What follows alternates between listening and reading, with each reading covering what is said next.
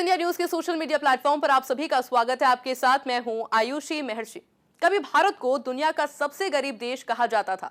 कुपोषण, बेरोजगारी और झुग्गियों में जीवन, यही थी उस वक्त की पहचान। लेकिन अब ये तस्वीर बदलती हुई नजर आ रही है। यानी कि अब जो आंकड़ा कहता है वो ये कहता है कि जो भारत है वो गरीबी की रेखा से वाकई में ऊपर उठ रहा है। लेकिन कैसे, वो जरा समझने की कोशिश करेंगे इस ग्राफ के माध्यम से। 2005 की अगर बात की जाए तो ये आंकड़ा था 37.2%। उसके बाद में 2010 की अगर बात की जाती है तो फिर ये आंकड़ा और भी ज्यादा कम हो जाता है। लेकिन आप देखिए 2010 में और कम हुआ, 2015 में ये और ग्राफ नीचे आया, 2020 में और ग्राफ नीचे आया, और अब जो ताजा रिपोर्ट सामने आई है 2023 की, यह आंकड़ा आ चुका है 2023 के अनुसार 10.7% का।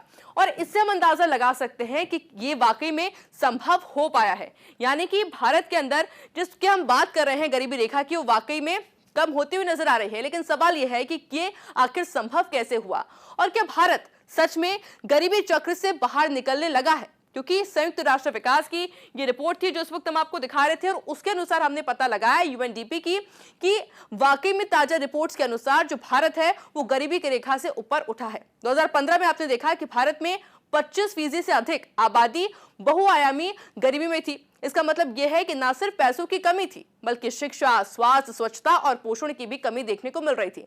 लेकिन 2023 तक ये संख्या घटकर 11% से भी नीचे आ गई। हम आपको दिखा रहे थे 10 पॉइंट समथिंग वो थी।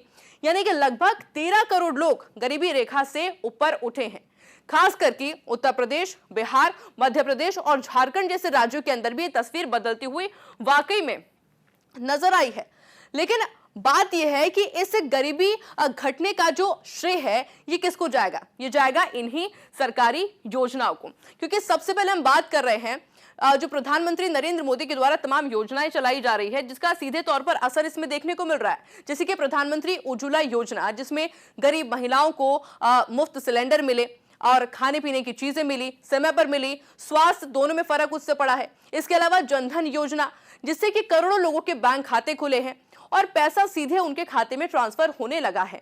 इसके अलावा स्वच्छ भारत अभियान जो कि शुरू किया गया था, और यह भी महत्वपूर्ण योगदान रहा इसका, क्योंकि लाखों शौचालय बने जिसमें कि महिलाएं भी सबसे ज्यादा उनको लाभ हुआ है। और साथ ही ऐसी कई सारी योजनाएं थी। यानी कि अगर हम आयुष्मान योजना की बात की जाए तो वो भी उसमें देखने को मिला था, क्योंकि आयुष्मान योजना से भी कई लोग जुड़े, जिसने कि 50 करोड़ से ज्यादा लोगों को मुफ्त इलाज की सुविधा मिलने लगे।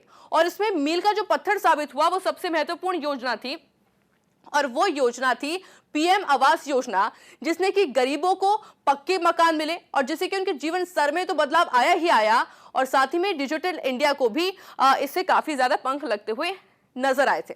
अब इसको ना समझते हैं कि इससे इंटरनेट जो कनेक्शन है वो इससे जुड़ा, मोबाइल बैंकिंग तक पहुंच गया, जिससे कि गरीब अब सीधे योजनाओं से जुड़ सके हैं। और ये एक मील का पत्थर साबित हुआ है इस गेम चेंजर में।